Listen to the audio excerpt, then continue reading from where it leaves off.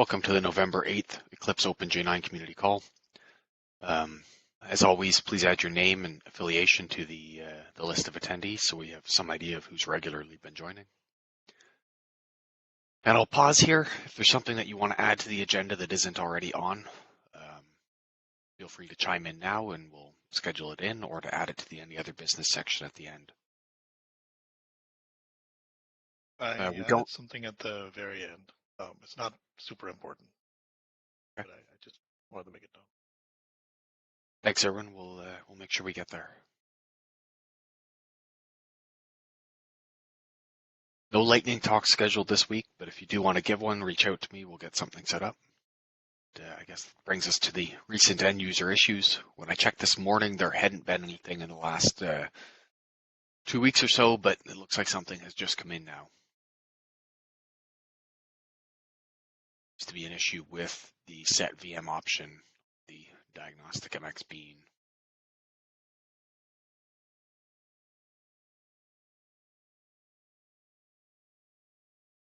So this looks like we can close this actually. I left it open just in case there was a little discussion, but closing is fine too. Yeah, that was why I didn't immediately close it, but they come back and there's some other way we can help them solve their problem. Great. All right, release roadmap, 035 release. Looks like the tags have been created. Summeru's got the builds out, and the AR64 Mac build should be coming out on the 15th. So hopefully. Looks like that's in the bag sort of from an OpenJ9 perspective at this point. Is there any issues or remaining things that need to be called out around that release?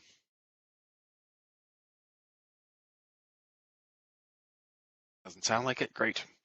That brings us to the 036 release, which will definitely have 8, 11, and 17, and hopefully have 19 as well. We're fast approaching the branch date for that. We're looking at, just trying to pull up my calendar for a minute. Branching on the 25th, we're really looking at 2 and a bit weeks to resolve this. So we've got 30 items here.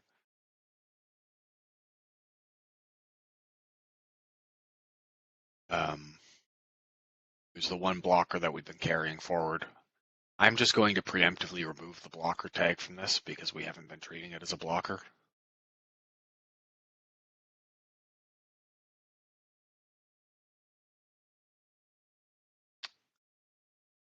Are there any actual blockers in this release plan? The only blocker we had was resolved yesterday. Excellent. So probably a lot of these need to move out. I know some things were moved out because we did have 70 issues last week, but more needs to be moved out.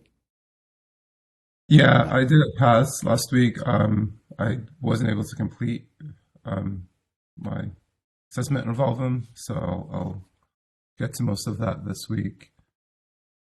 I think there are a few JIT ones as well, so I think either Daryl or Henry will need to take a look at those. I don't see either of them on the call. Can you or Pete reach out to them and ask them to do a pass-through? Sure. I still see a couple of Loom and Panama items in this list. Should they be moved to the 19 plan?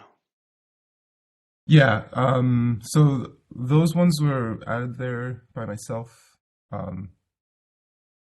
incorrectly, so I'll move those out as well. Okay. All right. So it sounds like we don't see any blockers at this point, or the 8 and 11 and 17 piece of the release. So there is still a large number of items to be addressed. Why don't we skip down to the Java 19 piece then? We down to 28 items. Do we have a a view on how close we are to resolving these, or how many of these will be ready to ship for that November 25th cutoff? So some of the new ones, if you scroll down to the bottom, these are the ones that I think are the most concerning, because last week we had 2 virtual thread issues, and we had maybe 2 or 3 serviceability ones. There seems to be a bit more of both that we need to investigate this week. So it's not moving in a good direction right now. With the other ones, for the most part, they all have owners, and they've all been under investigation for some time. So I think it's just a matter of asking each of the owners when they think they'll have it resolved, or if they can get resolved in the next 2 weeks. Yeah, and the challenge being that resolved means the fix merged, reviewed, and through the builds, right? Yeah. All right. Can I leave that in your hands to follow up with each of the owners on this to see if we can get these closed out in the next 2 weeks? Yeah. Thanks, Toby. Jack, do you have sort of a view on where the Loom side of things is? Is there other pieces of work that's still lurking in here? Yes, Dan. So currently on the VM side, there is 1 remaining test failures that I am currently investigating. There's 1 failure that the JIT team has been investigating, and currently there are 2 issues that GC team are investigating in terms of the OpenJDK test related to Loom. We're seeing a lot of overlap between test failures in different test cases. So any of them one fix would likely lead to more than one being able to being closed from the list. We are noticing actually there were 3 new test failures that popped up last week related to virtual threads that we haven't been fully triaged yet to determine what the cause is. Those have been very intermittent and we rarely see them. So I guess still a bit of triaging is required to actually see what the problem is and determine what they affect. Other than those intermittent ones, everything else is either someone's have a fix proposed. It's just we need to go through the process of reviewing and verifying the fix, or someone is actively working on creating a fix. Did the race between virtual thread mount and GC concurrent scanning get resolved? Alec and Lynn had a discussion on it, and they proposed a new solution. And they're currently working on that solution. We expect that to wrap up within the next 2 weeks? Oh yeah, I can try to comment. I don't have a definite answer, but 2 weeks seems reasonable. 1 week would be a stretch, you know.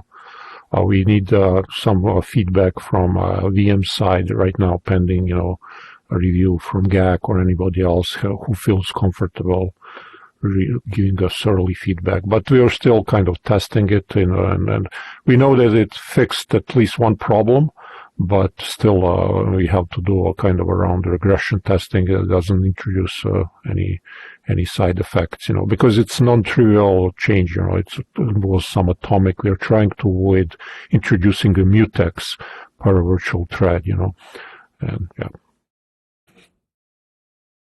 Okay. Cheng, where are we at with Panama? Currently, I actually already went through all the JIT test, and so far, so I list all of the failure inject test for the F5, and actually we already fixed all the Vim side issues, Vim related issues. This what I list here is just the last 2 PRs, so one of them already merged, and that one is still on the code review. And there should be totally 3 issues to be addressed in terms of the second generation code. X6, X4, and Linux, and there's no problem on the power. And part of that, there's the 2 issues related to JIT to be addressed, but I don't think they have sufficient time to investigate. Probably delayed to Java 20. Yeah, that's everything on the side. Okay, so this is a preview feature though, so we need it to be functional for the 19 release. Do these 2 remaining issues affect the functionality, the functional completeness of this? In terms of the OpenJDK method handler, I don't think it's generic issues. So they detect on the many platforms. So so far they have a difficult to figure out what's going on there, because it's hard to connect to the JIT logs.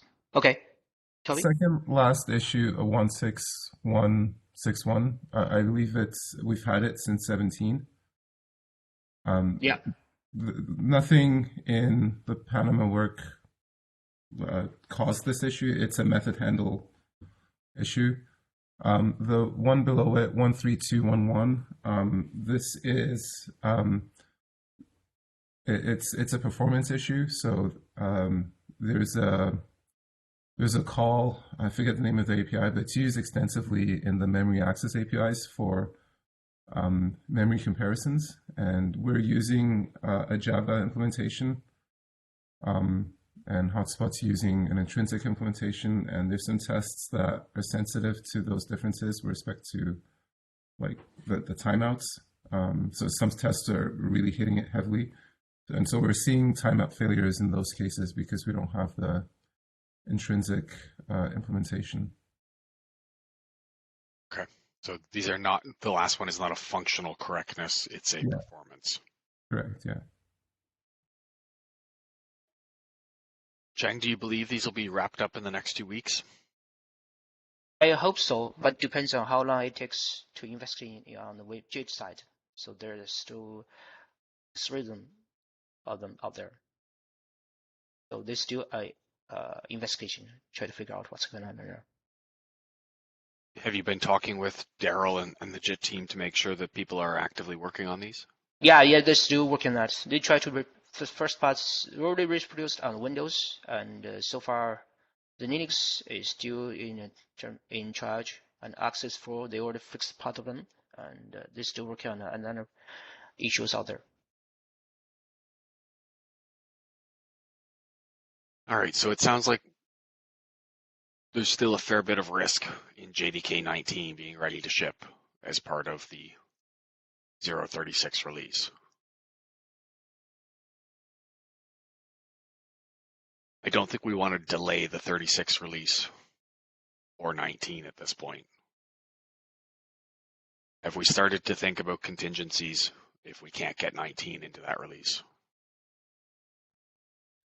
So the JDK 20 list looks like virtual threads and the FFI stuff is going to be preview again. It also looks like structured concurrency is going to be incubator again. Basically, I haven't seen anything in the candidate JEP list that suggests there's going to be anything beyond an incremental change on the existing JEPs.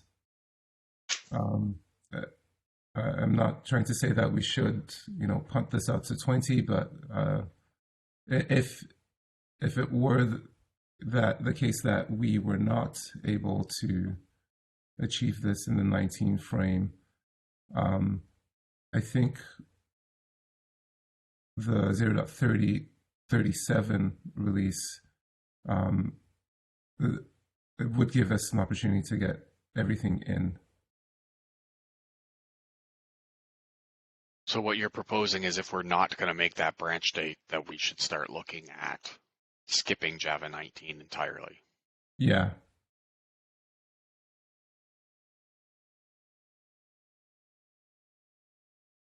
I will note, though, that given the branch date of December 8th, that doesn't give us that much more time.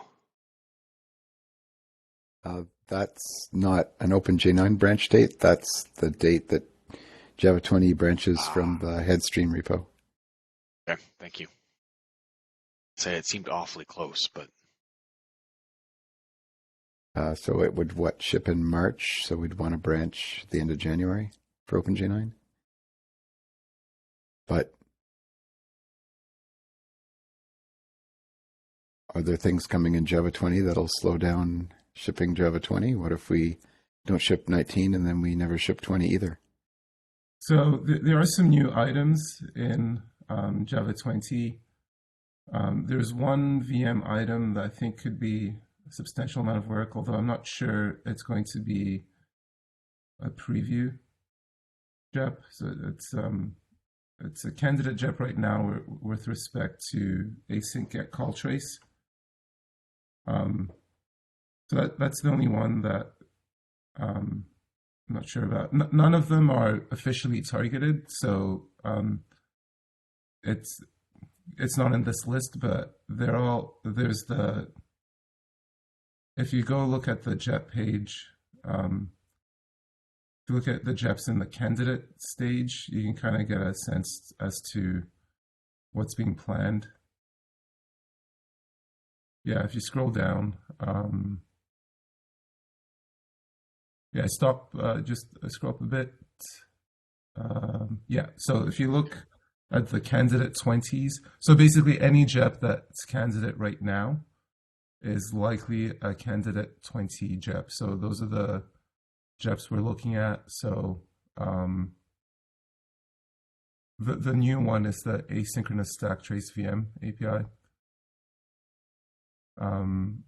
The rest of them are, most of the ones here are Amber changes, so it should not be a big task for us. If you scroll down to the bottom, I guess so the virtual thread second preview, structured concurrency second incubator. There's also there's an FFI one that I can't spot right now, but that one is going to be second preview as well. May have been assigned already.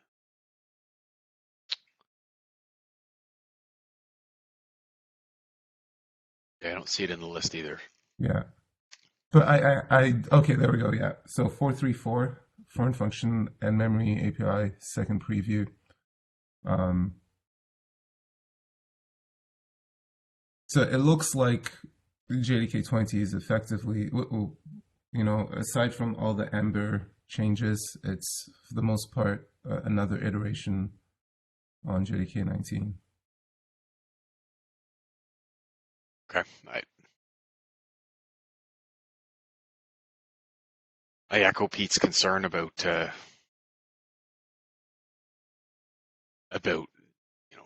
having not shipped 19, the precedent that we set. I still think we should, we have 2 weeks. I think we should do as much as we can. But as you said, we need a contingency. Okay. But really, we could ship Java 19 anytime before Java 20 comes out in March.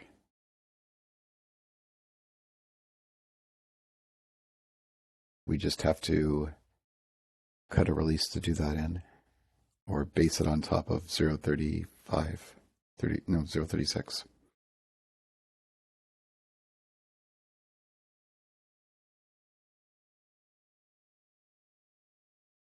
Yeah, the biggest concern for me is once 20 comes out, I don't want to be shipping a 19. So yeah, anytime before Java 20 comes out, we could ship 19. Okay, so we'll monitor this on a week-by-week basis for the next little bit and see where we're at.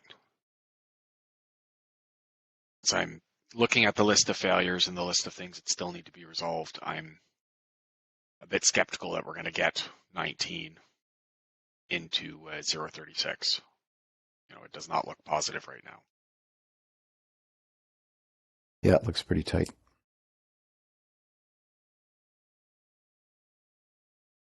Right. Anything else on the release schedule we want to touch on today?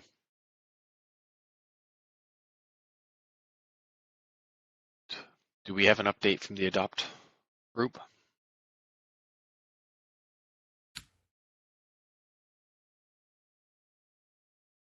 Okay. Adam, is there an update on the infrastructure? Not too much changed. The UNB Artifactory cleanup job has now been fixed, so I'll update that status. Adam? I think we're still having issues with the AMAC machine that we're sharing with Omar. Haven't had a chance to work on that. And I think we're still having issues with the Rails or the new Z-Linux machines. The other one I don't see on this list, but is coming up, is that the AArch machines. Right. Yeah, I saw that email. So thank you for that. I hadn't seen those notifications or hadn't got them. So the A-Linux machines will be offline for 4 days starting next week. I'll have to confirm the dates. I believe starting the evening of the 13th, we need to shut them down. Okay. And they'll take them offline on the 14th. So basically the majority of next week. And then it sounds like we'll have to update the IPs on our end once they come back. They're actually physically moving to a different building or something. So I'll put an announcement in the Slack channels. Thanks, Adam. Don't see Marius on the call, so we can skip the JIT server update. Next micro-JIT meeting is November 17th. Toby, anything you want to call out for the CRIU support? Yeah, so I added an issue at the bottom that has some of the changes. We need to do another pass-through.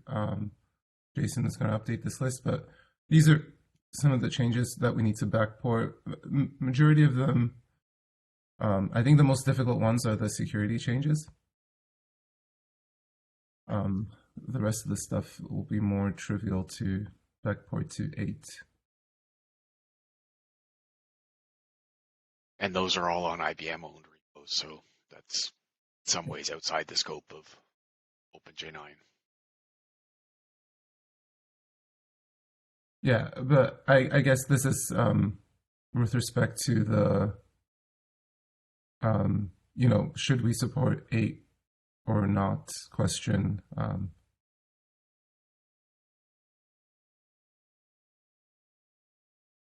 Yeah, I continue to be concerned about adding new major functionality into 8, and much rather that we were working to help groups that were stuck there to move to 11 or 17,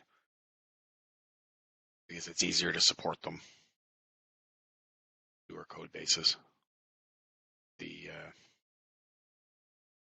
It lets us direct our energy towards where things are going rather than continuing to fiddle with where things have been.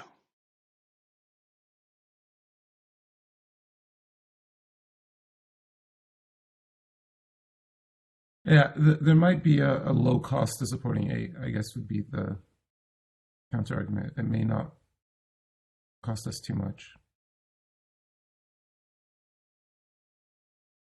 Yeah, do we have a feel for what that will do to the build system?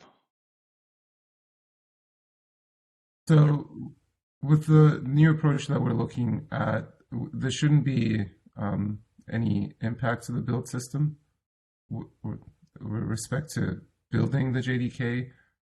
We'll still have the same requirements for testing the JDK, and that's not going to change. You need libcRU in order to test that functionality. But, the discussions we were having about moving the JDK compiles to 7 no longer applies. Okay, that's good to hear. Just in the interest of time, I think we should continue this conversation and dig up if there's any other items that need to be changed in here. But Erwin had mentioned he had an item he wanted to bring up. So I think we should jump forward to that. Erwin, do you want to? Sure. I mean, it's not super important. I can even wait till next week if you have other discuss. I think there's more info we need to dig up on the CRIU front, so I think jumping to this makes sense now. Okay. So the issue I put in there, just for background, the compiler options by default don't merge. This has been a big pain point for service for quite a while because people assume they will, and then what ends up happening is only the last one gets taken. So I added another, front end VM option to basically say, hey, if you add this, they'll get merged. And then in talking to service, they were like, oh, this is good. And now in terms of making it default, they were like, well, we don't want to back existing releases because it's too much of a risk and whatnot. But they were saying that it would be nice if we could have this, or something like this be made default in some future release, like, I don't know, 21, 22, whatever we decide.